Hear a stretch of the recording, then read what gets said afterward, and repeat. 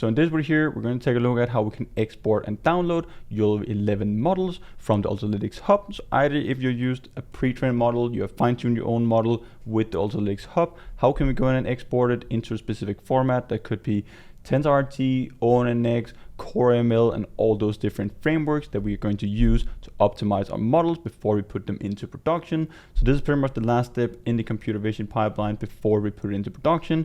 We have tons of videos covering like how to set it up with TensorRT on Jetson devices, on NVIDIA GPUs, ONNX, OpenVINO for Intel hardware. So definitely check those videos out. In this video, let's just jump straight into it and see how we can take the models and export them. So we're just jump straight into the Ultralytics HUB. First of all, we have our models, datasets. We have videos covering all of these tabs, how we can train our own models, but it's basically just go inside our dataset, upload your dataset, hit train models, choose the YOLO11 model or any of the other Ultralytics models, train it. You can use it directly here on the cloud, no code at all, and you'll just get your model.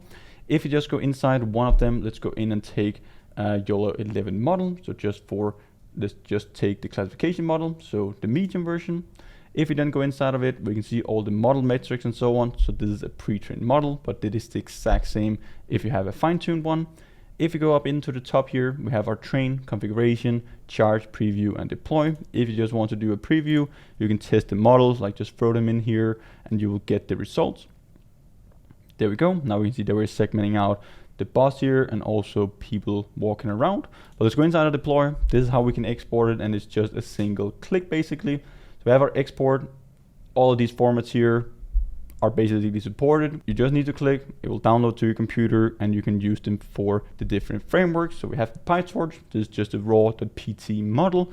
We have ONNX, most formats they actually take the ONNX model or file as an input, and then it's going to convert it even further or do optimization. For example, if you take the ONNX model, it will generate an engine file automatically if you're running it using DeepStream, TensorRT, and so on from NVIDIA. We have OpenVINO, that's Intel hardware if you want to speed up the process and so on. And the reason why we want to do this export and use these optimized frameworks is that you basically just get up to like 3, 5, even up to 10 times inference speed when you actually export it into the specific format. So if you have NVIDIA GPUs that you're running it on, converting it into TensorRT and using that framework, it can give you up to like 20 times the frames per second compared to just using the raw PyTorch model and the predict function with Ultralytics. The exact same if you're using TensorFlow Lite. If you want to run it on mobile phones and so on, it's very good to use TensorFlow Lite, CoreML as well if you have Apple hardware. So that's specifically for Apple hardware.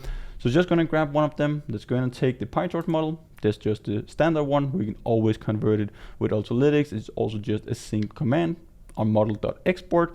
Let's download the ONNX model as well, CoreML model, TensorRT model. Again, all of them will just download to our computer. So we can see them up here at the top. We have our CoreML model, we have our engine file. So that's TensorRT, ONNX model, and our PyTorch model. Then you just load that file into your framework that you're going to run inference with. You're going to have way higher FPS, way higher inference speed, and you don't really lose any accuracy at all. Some of these frameworks you can also go in and do quantization, so go from floating point 32 bits to floating point 16 bits, some of them even down to integer 8-bit. So this is pretty awesome. Make sure that you're doing this before you put your models into production. I hope this was useful. Definitely do it. It is very worth it. Just a single click, you get a significant increase in speed and you'll be able to run your models in production way faster, but also way cheaper. Thanks a lot for watching this video here. I hope to see you guys in one of the upcoming ones. Until then, happy learning.